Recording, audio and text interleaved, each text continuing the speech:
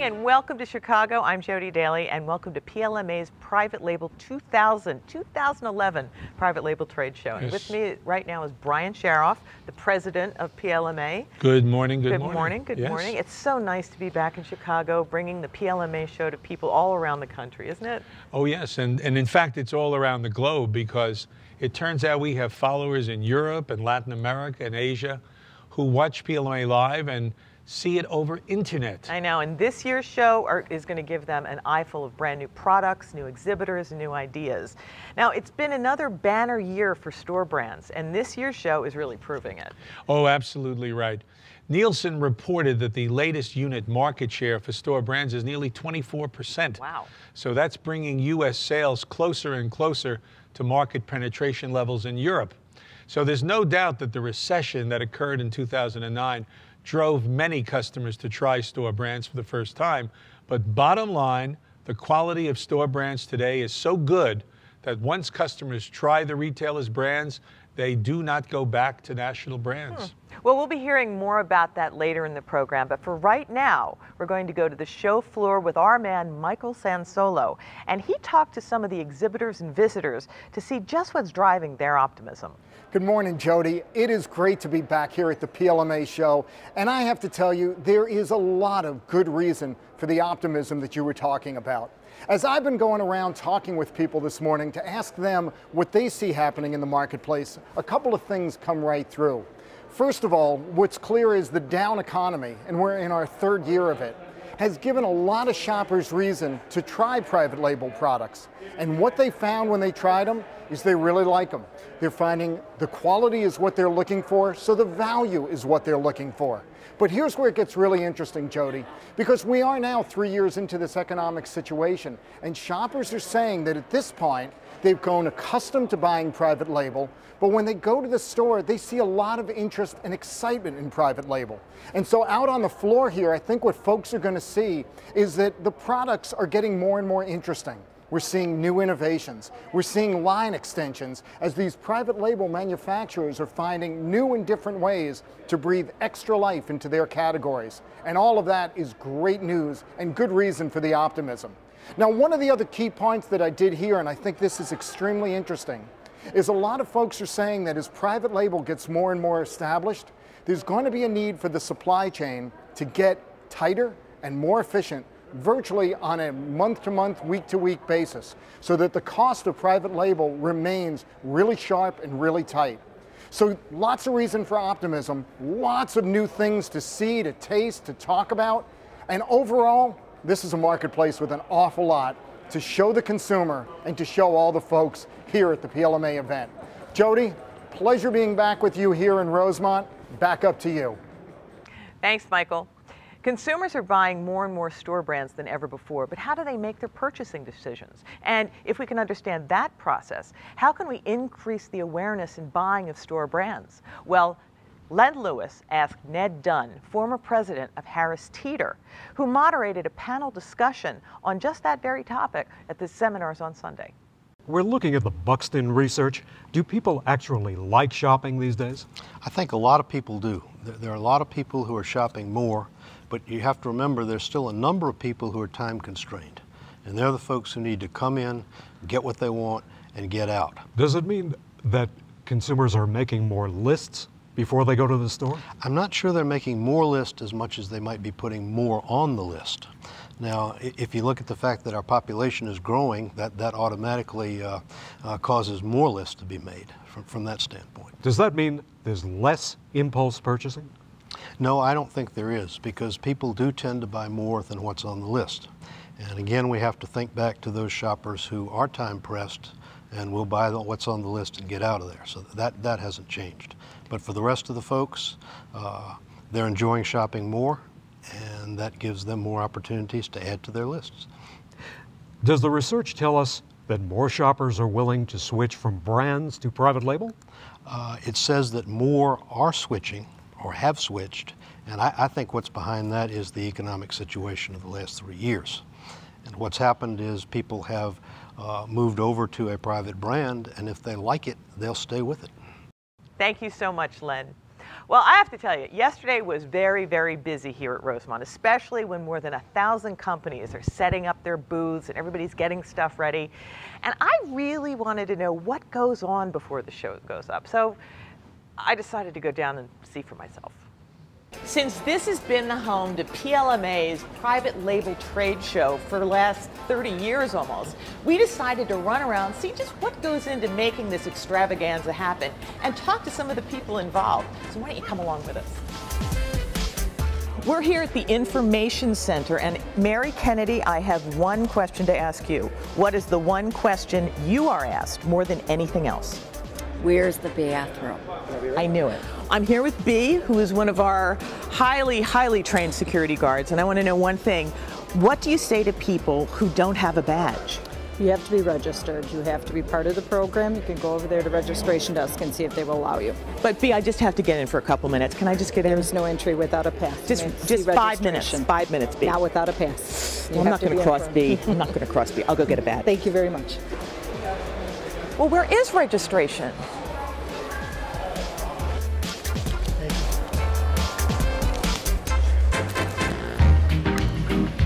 So right now they're setting up the Idea Supermarket, which is going to be 60 display cases displaying 1,467 products from around the world. For a trade show of this size, you really have to have a lot of carpet. So there's 6 halls over 2 floors, so you need about 4 miles or 22,000 feet of carpeting to be laid out really soon. You know, with over 1,000 exhibitors here, this is really the only way to see the whole show. We're renting these out for the trade show. Okay. With private label here from over 40 countries all over the world, it's a great time to get some actual business done. So some of the booths have set up a second tier with almost a mini conference room. And the best thing about this, it's got a view. We go to any lengths to make this show happen. So as you walk these floors, you will be looking at 300 truckloads and 1.6 million pounds of freight that has been delivered and has to be packed up and sent home. Now, as you might imagine, the show is pretty important here in Rosemont, and the Convention Center is one of the best in the USA, and PLMA has called Rosemont home since 1982. So joining us for the start of this year's trade show is actually the mayor of Rosemont, Bradley Stevens, whose father made this exhibition center. In fact, Rosemont itself, a hugely successful project, and I can't thank you enough for coming by, Mayor. Thank you very, very much. Thank you for having me. Now, Rosemont, it's really experiencing a renaissance right now, isn't it? Yes. Obviously, the convention business is very important to the village of Rosemont.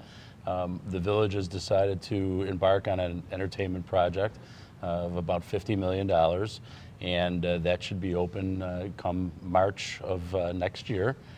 It'll have an Irish pub and a Greek restaurant called Taverna Opa, a Mexican restaurant, a Toby Keith, Zany's Comedy Club, and a Hofbrauhaus, and another venue called Park Tavern. So we're really excited about it.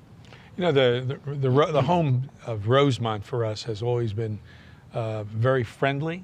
It's always meant a place where we could have our trade show and know we're working with people who we like and they like us. You grew up in this environment, so what are your memories of this convention center and getting this business started like this? This convention center started out as an old halo lighting factory back in the 70s, and I remember driving around the area with my father and him explaining about this convention center that he's going to build, and had no idea what it was. Later on in my life, I became the carpenter general foreman here, and stayed in that position for about 18 years up until I assumed the position of the mayor. So how many people live in Rosemont? About 4,200. Wow.